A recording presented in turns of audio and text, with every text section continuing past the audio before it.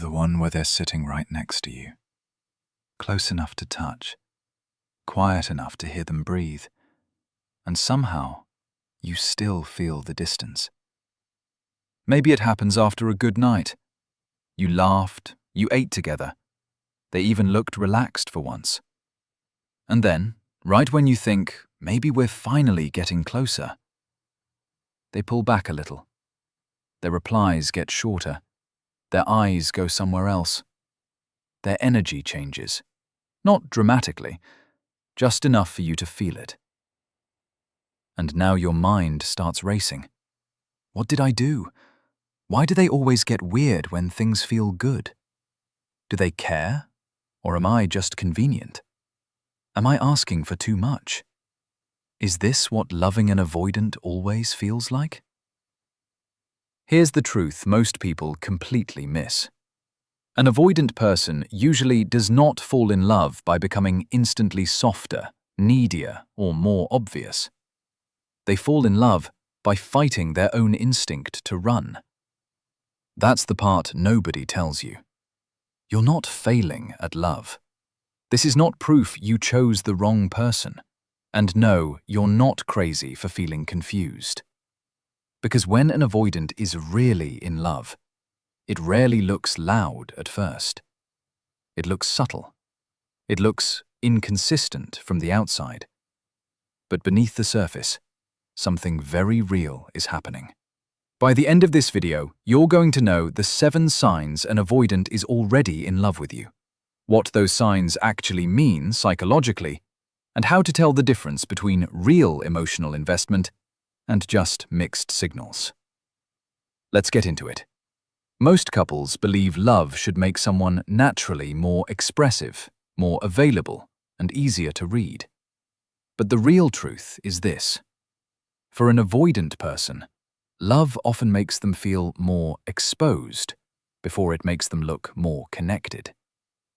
That's why this gets so confusing. You think, if they loved me, this would feel clearer. But for someone with avoidant patterns, clarity is exactly what can trigger fear. Because their nervous system is reading closeness before their mind can explain it. And when closeness starts to matter, the stakes go up. Fast. So what looks like hesitation is not always disinterest. What looks like distance is not always detachment. And what looks like they don't care enough is sometimes they care enough that losing control suddenly feels terrifying. Here's the deeper truth. When safety leaves a relationship, love doesn't always disappear. Sometimes it just goes underground. And with avoidant people, that underground space is where a lot of their feelings live. Unspoken, unpolished, real. Most people think the anxious partner is the one who feels more. Not true. Not always. A lot of avoidant partners feel deeply. They just learned early that needing people feels dangerous, overwhelming, or humiliating. So instead of moving toward connection in obvious ways, they protect themselves from it. Not because they don't want love, because they do. And here's what changes everything. If you don't understand that, you will misread every meaningful sign they give you. You'll keep looking for loud romance, while completely missing the quiet ways they are becoming emotionally attached. So let's talk about what those signs actually are. 1. They start letting you into their inner world. That's the first sign. Access is intimacy. Most couples think love is proven by big declarations, big gestures, big labels. But with an avoidant, one of the clearest signs of love is much quieter than that. They start letting you see parts of them other people never get access to. Because most people in relationships assume if someone is spending time with you, they must already be emotionally open. Not true. An avoidant can be physically present for months and still keep their real self behind glass. Here's the deeper truth. Avoidant people survive by managing exposure. They control how much you see, how much you need, and how much power your opinion has over their nervous system. So when they start telling you things that make them feel human instead of impressive, that matters a lot. Not surface talk, not sarcasm, not polished stories. The real stuff. What hurt them, what they're ashamed of, what they've never known how to say. Maybe it sounds like this. Disconnecting version. Yeah, it's fine. It's not a big deal. I don't really want to talk about it. Connecting version.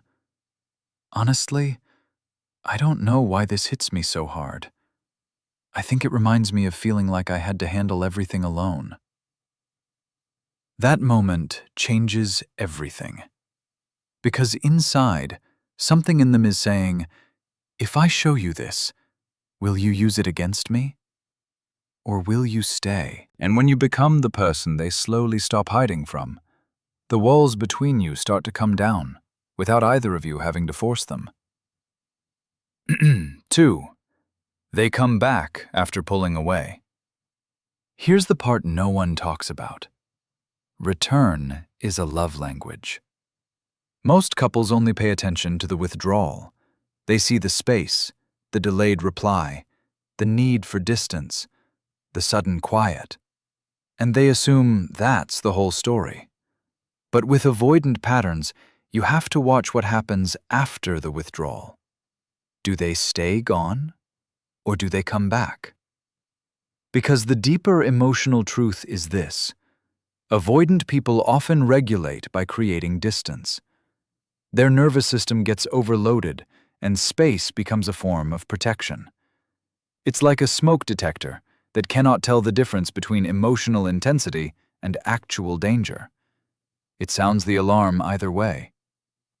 So no, pulling away is not automatically love.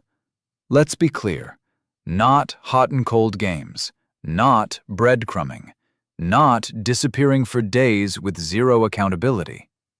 But a person who gets overwhelmed, takes space, and then re-engages on purpose? That means something. It might sound like this. Disconnecting version.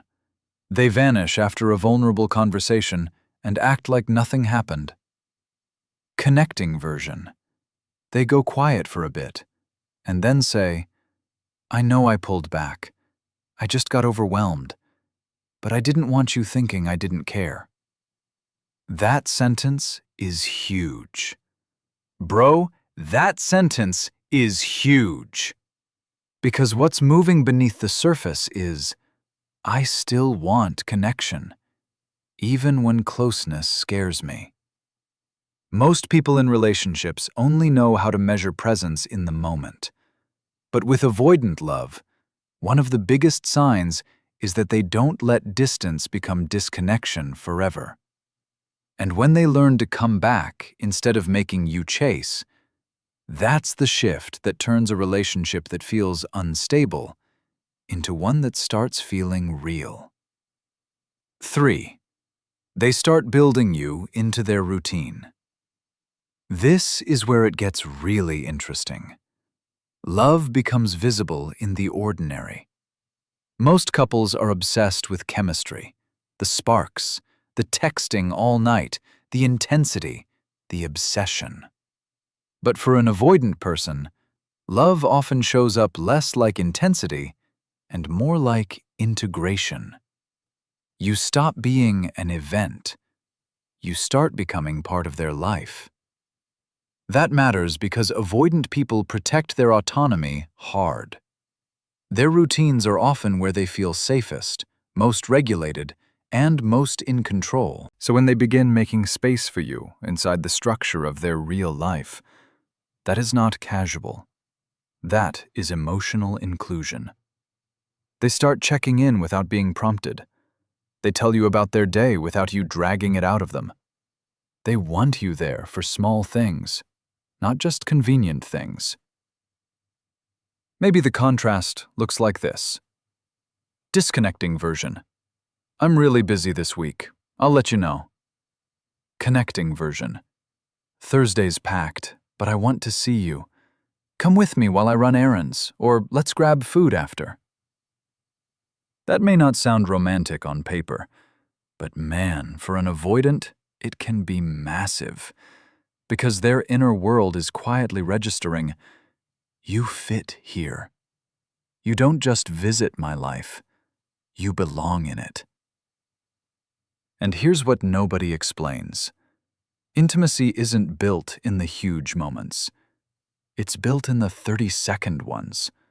The good morning text, the extra seat saved for you, the casual, I was already thinking of you. That's how distance turns into attachment. And when you're no longer being managed at the edges of their life, but welcomed into the middle of it, that's when your relationship starts feeling less like guesswork and more like home. 4. They let you see their needs instead of only their strength. This one is rare, and it's powerful. Need is trust. Most couples think the strongest partner is the least needy one, the one who never asks for reassurance, never leans, never breaks, never admits they miss you. But the real truth is almost the opposite. For an avoidant person, self-sufficiency is often armor, beautiful armor, competent armor, impressive armor, but still armor. So when they start showing you their need for comfort, support, reassurance, or closeness, they are not getting weaker. They are getting more attached. Not because they suddenly became anxious, not because they lost themselves, not because they're trying to trap you. Because love makes self-protection feel lonely eventually. So instead of always saying, I'm good, they start saying things like, disconnecting version. It doesn't matter. I'll deal with it. Connecting version. Honestly, today was a lot. Can I just be with you for a bit? Or, I know I don't say this much, but I really missed you. That hits differently. Because somewhere inside, their nervous system is whispering, I hate how much this matters. But you actually feel safe. Most people in relationships never realize how intimate it is when a guarded person stops performing strength and starts telling the truth. And when they let you hold not just their polished side, but their tired side too. That's when your partner stops feeling emotionally unavailable and starts becoming emotionally real. 5. They repair instead of just defend. And this is the one most couples never figure out. Repair is deeper than apology. Most couples get stuck here. One person gets hurt, the other gets defensive, the conversation spirals, nobody feels understood, everybody feels alone. With avoidant patterns, defensiveness is common because vulnerability can feel like accusation. Even calm feedback can land in their body like rejection. So they protect first, explain later, if they explain at all. But here's what changes everything. When an avoidant is in love, they start caring not just about their intention, but about your experience. That's huge. That's maturity. That's attachment softening in real time. Not louder conversations, not more over-explaining, not pretending conflict never happened, but two people who actually feel safe enough to repair what the moment damaged. It might sound like this. Disconnecting version. I said I was sorry. What else do you want from me? Connecting version. I can see why that hurt you. I shut down and I left you alone in it. That wasn't fair. Do you hear the difference? One protects the ego, one protects the connection. And when they start making repair attempts instead of building thicker walls, your body feels it before your mind does. That's when the relationship stops feeling like a courtroom and starts feeling like a refuge. 6. They start reaching for you in small, vulnerable moments. Here's the part most people miss because they're waiting for something dramatic. Love leaks out in micro moments. Most couples think love has to announce itself. A big confession, a serious talk, a perfectly timed romantic gesture. But avoidant love often shows up sideways first. A longer hug than usual, a random photo sent in the middle of the day, them asking if you got home safe, them remembering the exact thing you said mattered to you, them softening when you're upset instead of getting irritated and withdrawn. Why? Because their system is practicing turning toward you before they can fully explain why. It's like scar tissue in reverse. Emotional distance forms slowly through 100 small, unrepaired moments. But connection also rebuilds slowly, through 100 tiny moments of presence. A hand on your back, a softened voice, a check-in after conflict, a look that says, "I'm still here." Maybe it sounds like this. Disconnecting version. You say, "I've had a rough day," and they respond, "That sucks," then change the subject. Connecting version. You say, "I've had a rough day," and they respond, "Do you want advice, or do you just want me with you right now?" That right there, that's not a communication hack. That's what it looks like when someone is becoming emotionally available.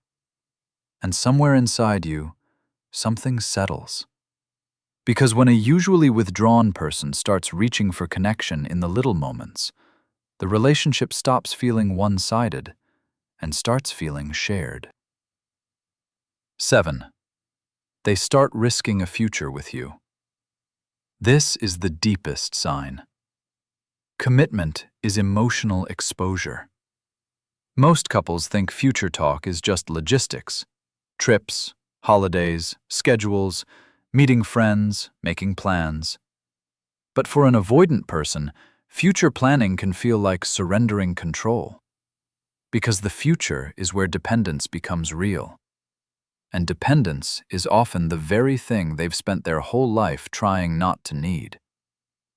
So if they start speaking in we, if they start including you in decisions, if they start making plans that assume your continued presence, do not miss what that means. They're not just being nice. They're psychologically placing you in tomorrow. And for someone who has spent years staying 1 foot out the door emotionally, that is not small. The contrast sounds like this. Disconnecting version. Let's just see what happens. Connecting version. I was thinking maybe we could do that trip in the fall. Or, my sister's thing is next month. I want you there. That sentence carries weight. Because beneath the surface, what they're really saying is, I'm scared to count on this, but I'm starting to. Not fantasy, not pressure, not forcing labels before trust exists, but a person who begins building a future that naturally includes you. And when that happens, love stops being hidden in chemistry and starts becoming visible in choice. That's the shift that turns connection from something fragile into something you can actually stand on. So if you're loving someone avoidant, here's what I want you to remember. Love from them may not arrive in the language you were taught to look for. It may not be loud first. It may not be easy first. But if they are letting you in, coming back after distance, making repair, showing need, reaching for you in small moments, and risking a future with you, you are not imagining it. Something real is happening. This isn't a checklist. It's an invitation to see love more clearly. Because when you understand these patterns, you stop confusing fear with absence. You stop chasing certainty in the wrong places. And you start recognizing that real intimacy is not just about who feels the most. It's about who is willing to keep turning toward connection, even when every old pattern tells them not to. And honestly, that changes you too. You become less reactive, more discerning, more grounded in what love actually looks like beneath the surface. These aren't just signs they're falling in love.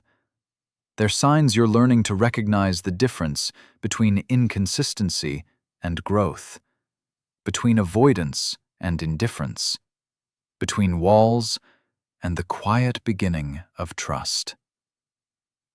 Because real love isn't always the person who feels the most at first. Sometimes, it's the person who slowly stops running and stays. Optional grounding note. This script is emotionally creative, but it's grounded in established attachment research. Avoidant attachment in adults is commonly associated with discomfort with intimacy, hyperindependence, emotional distance, difficulty trusting, and trouble sharing feelings. Connection deepens when emotional safety increases, and avoidant individuals may miss positive relational cues even when love is present.